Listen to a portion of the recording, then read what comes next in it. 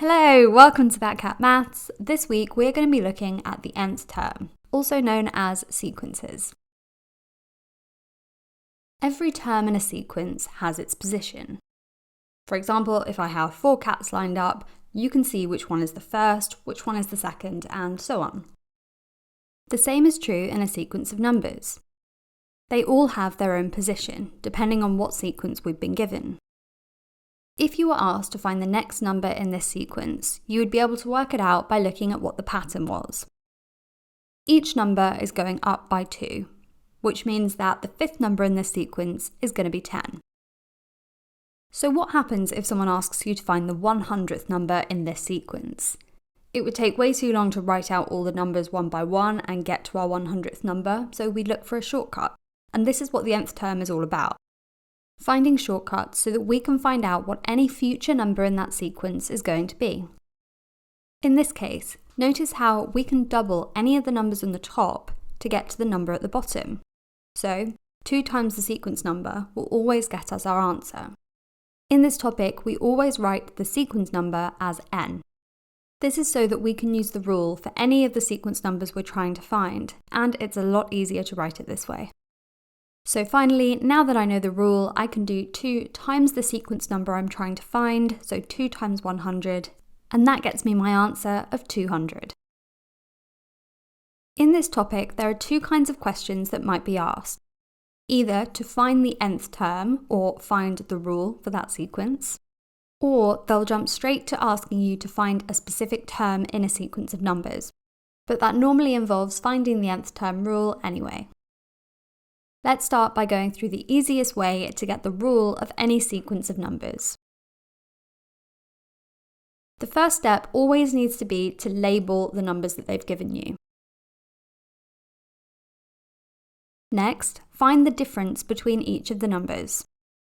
In this case, the difference between every number is 3. In the majority of these type of questions, the difference between each number should be the same. And if that's the case, write down that number in front of an n. Next, times that number by one of your sequence numbers and see if it gets you to your pattern number. If it does, then you don't have to do anything. If it doesn't, then we go on to another step, but we'll look at this in the next example. If I try it out on sequence number 1, I would do 3 times 1 and see if I get 3, which I do, so I don't need to do anything else, and 3n is my final rule.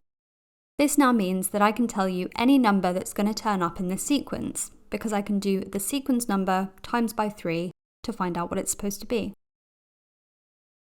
So in this example, let's start in the exact same way. First, we label our numbers.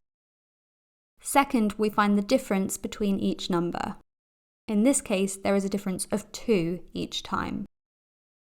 I put that number in front of an n and then try it on one of my sequence numbers. Again, I'm going to try it on 1, which I recommend you do every time. So 2 times 1 equals 2. I don't get to my pattern number here, so I have to look at how to go from that number to the pattern number. To go from a 2 to a 3, I add 1. So that's what I write down. 2n, add 1. I've reached the number I want to, so this is now my final rule. The nth term for this sequence is 2n, add 1. Pause the video here and see if you can find the nth term or the rules for these 2 sequences. As before, we start by labeling our numbers, and then we find the difference between each number. In this case, it's 5, so I'm going to write a 5 in front of the letter n. Next, I times that number by one of my sequence numbers. 5 times 1 gives me 5, but we're looking for a 3. So how do we go from a 5 to a 3? We take away 2. In the second example, once again, we label our numbers and then find the difference. We put the difference in front of a letter n and try it out on one of our sequences.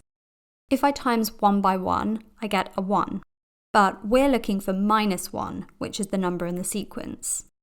If I take away 2, I get to that number. So 1n minus 2. Or in algebra, because we don't use the ones, it's just n minus 2. Great, so very quickly, let's just look at what happens if they ask you to find a specific term in the sequence, because they might give you the rule and then ask you to find a specific number. Here we've been given two rules, 5n plus 1 and a minus 2n plus 7. How would we find the 10th number in each of these sequences? Remember that n stands for the sequence number. So if we do 5 times the sequence number, which in this case is 10, we get 50, and then if we add 1, we get 51. So the 10th number in that sequence is 51. In the example below, we would do minus 2 times 10, which gets me minus 20, and then if I add 7, that takes us back up to minus 13. Okay, well done everybody. That is the end of this video. Thank you very much for your time. I hope that you found this helpful. Please leave any questions in the comments, and if there is any topic in particular you'd like me to cover for next week, let me know. Have a great weekend, and I will see you next week. Bye.